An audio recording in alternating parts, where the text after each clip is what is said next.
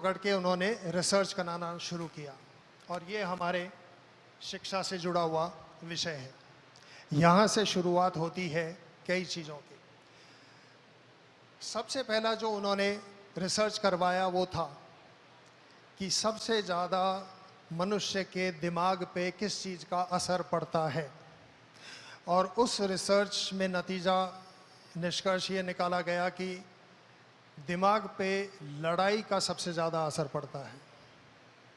ठीक है, तो इसलिए उन्होंने अब लड़ाई फर्स्ट वर्ल्ड वॉर कराई है, और जो कुछ दिन की एक समस्या थी, हल हो सकती थी, पर उसको 4 साल तक खींचा है। रूस की क्रांति करवाई है और फिर लीग ऑफ नेशंस बनवाया है। सो रॉकरफेलर, रॉथस्चाइल्ड, कार्नेगी, ये 3 नाम हैं। इसमें हैं बहुत लोग, ये मुख्य है, इसलिए इनका मैं नाम ले रहा हूँ।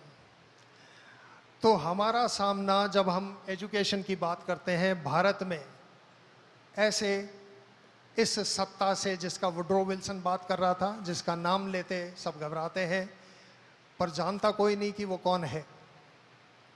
उस समय भी ऐसा था, आज भी वैसी सत्ता है, पर उसके बारे में बताता कोई नहीं। ये बहुत सीक्रेट संस्था है और ये कई चीज़ें काम करने में लगे रहते हैं। सो पहला रिसर्च इनका सही दिशा में था।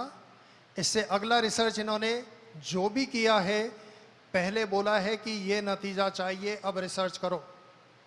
जो रिसर्च का तरीका नहीं होता है, एक हाइपोथेसिस लेके चलते हैं, उसको टेस्ट करते हैं, सही निकलता है तो वो बोलते हैं, नहीं तो उस चीज़ को रिजेक्ट कर देते हैं। सो एक्सपेरिमेंट के बाद में रिजल्ट निकलता है, वो स्वीकार करते हैं, पर इनका हर रिसर्च उसके बाद में ऐसा चलता रहा है कि ये पैसा, ये नतीजा चाहिए, अब रिजल्ट करो। और इसका विरोध किया। इंग्लैंड में कई प्रोफेसर थे जिन्होंने इसका विरोध किया कि ये सही तरीका नहीं है। उनको कहा गया कि तुम्हारी ज़रूरत नहीं है, घर जाओ, और जो ये काम कर सकता है ये पैसा लो। आज की तारीख में रॉकरफेलर अकेला इसमें अमेरिका में 70 यूनिवर्सिटी को फंड करता है। इन लोगों के पास इतना पैसा है, पैसे की ताकत है। स्वामी जी ने अभी बोला था कि मूल्यों से ऊपर पैसा हावी हो गया है। उसका मैं जड़ बता रहा हूं, कहां से शुरू होता है ये। अब आते हैं अपने राज्य में।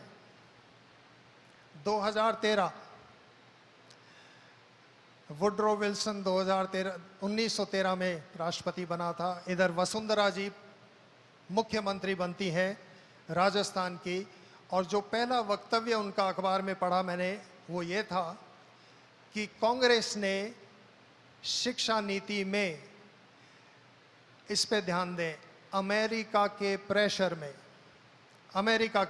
में बच्चों को बिना परीक्षा 8वीं तक पास करने का निर्णय ले लिया है, जो गलत है, और हम इसको बदली करेंगे। राइट? ध्यान में दिला रहा हूं कि प्रेशर किसका था? वही अमेरिका। शिक्षा नीति में उनकी दखल है। अब वसुंधरा जी अपनी सरकार बनाती हैं, एक कमेटी सरकार तो बन चुकी थी, कमेटी बनाती हैं इस शिक्षा नीति के लिए। और एक दिन मेरे किसी से बहस हो रही थी, बहस करते ही उसने कहीं सरप्लस प्रोडक्शन का नाम लिया, सरप्लस के बंटवारे का, कि भाई गरीबों को तो नहीं मिलता, सरप्लस अमीरों के पास जाता है। तो सीधा सीधा पता चलता है कि ये मार्क्स की भाषा बोल रहा है। तो मैंने बोला कि तुम भारत की बात नहीं कर रहे हो, हमारे यहाँ सरप्लस का मतलब है हम चोरी कर रहे हैं प्रकृति से, तो ये हमारा विचार है ही नहीं। तुम विदेश की शिक्षा की बात मत करो, अपनी बात करो। तो कहता है कि यहाँ की शिक्षा कौन बना रहा है? उसका भी यही सवाल था। तब मुझे पता चला कि वसुंधरा जी की बनाई हुई कमेटी में भी कार्नेगी फाउंडेशन बैठा था। वही कार्नेगी फिर से आ रहा है। तो भले ही कांग्रेस आ जाए, भले ही बीजेपी आ जाए, शिक्षा जगत में अमेरिका की दखल रहती है, और ये हमारी समस्या है मुख्य। मैं पिछले साल मानसरोवर से वापस जब आ रहा था तो नेपाल में था, काठमांडू होटल में मैंने टेलीविज़न ऑन किया तो चांस की उसी समय टेलीविज़न पे